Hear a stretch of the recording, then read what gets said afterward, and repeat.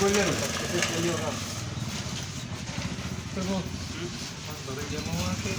के लब जमाना अपन। नमस्कार दोस्तों, गुड इवनिंग। कैसे हैं आप सब? उम्मीद करते हैं आप सब अच्छे होंगे, स्वस्थ होंगे। आप अपना और अपने पूरे परिवार का ख्याल रख रहे होंगे। दोस्तों, इस वक्त मैं हूं जंगल में और आप देख सकते हैं कि हम बकरी चरा रहे हैं अभी। और किसानों का जो काम है धूम धड़ाके से चल रहा है। इधर देखिए आप, इधर ट्रैक्टर भी चल रहे हैं, आवाज़ आ रही है। माइक मतलब उस पर ड्राइवर लोगों ने वो टेप लगा रखा है तो बहुत आवाज़ आती है ना। और कल हम गए थे मंडी, और मंडी जहां हम हर बार जाते हैं वहां पे नहीं गए थे, दूसरी जगह पे गए थे। तो वो क्या, हमारे कट्टे थे, 9 कट्टे लेके गया था मैं। और उन 9 कट्टों को पहले तो, क्योंकि यहीं से उठाना और रखना शुरू हो जाता है घर से ही, तो हमने यहाँ से रखा, फिर मंडी में उतारा, फिर उनको पूरा खाली किया, क्योंकि जहाँ हम लेके गए थे वहाँ पे पूरा खाली करवाते, उसके बाद में मंडी करते यानी बोली लगाते हैं। उसके बाद में फिर भरा उसको, फिर हम माल के वहाँ पे लेके गए। यानी बहुत ज़्यादा माथा पच्ची होती है, लेकिन भाव अच्छा चला गया। 4505 का भाव गया और 3 कुंटल 91 किलो सोयाबीन निकली। और जो बीज के हिसाब से हमने रख ली 3 कट्टी, तो टोटल जो सोयाबीन 3 कुंटल 91 किलो निकली और भाव मिला 4505 का। तो आप अंदाज़ा लगा सकते हैं कि कितना पैसा बना होगा।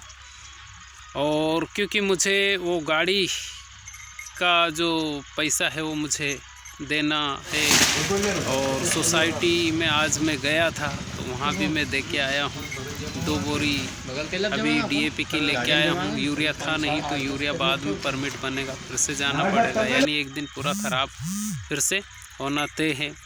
और आज महीने का लास्ट सैटरडे था, तो आज बैंक बंद थी, नहीं तो मैं KCC का भी वो करके आ जाता। क्योंकि अगर देखा जाए तो पहले जब मैं बेच के आया था तो उसमें ख़र्चा हुआ था लगभग 11,000 के आसपास, और अब मैं बेच के आया तो इस सोयाबीन में मतलब शुरू से लेके आखिरी तक इसमें भी 10-11 हज़ार का ही हमें ख़र्चा हो गया। और जितना हमें प्रॉफिट मिला 5-6 हज़ार का वो प्रॉफिट, लेकिन अभी दूसरी फसल भी आ गई है तो इससे ज़्यादा अभी वापस से जिसका देना है उसका देना है। उसके बाद में फिर से इसमें भी लगना है, फिर घर के खर्चे भी, दिवाली आ गई, और गाड़ी में ऑलरेडी 5,000 के तकरीबन 5,000 पूरा इंजन बनवाया तो वो भी लग गए। यानी जितना नहीं आता है उससे ज़्यादा तो पहले ही खर्चा हो जाता है ना। लेकिन जीवन है, चलता रहता है, और यही उतार चढ़ाव जीवन में आते रहते हैं। तो हम लोगों के जीवन में तो ऐसे उतार चढ़ाव आते ही रहते हैं, तो घबराने की ज़रूरत ही नहीं है। सब ईश्वर पूरा करता है, परमात्मा का पूरा करते हैं, है ना।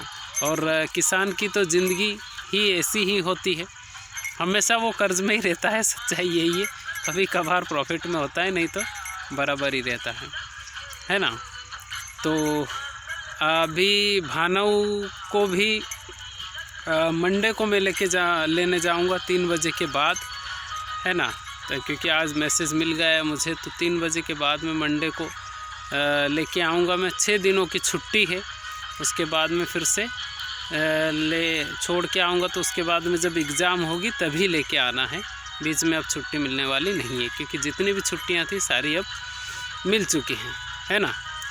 तो अभी हम देख सकते हैं, अभी हम जंगल में ही हैं, है ना।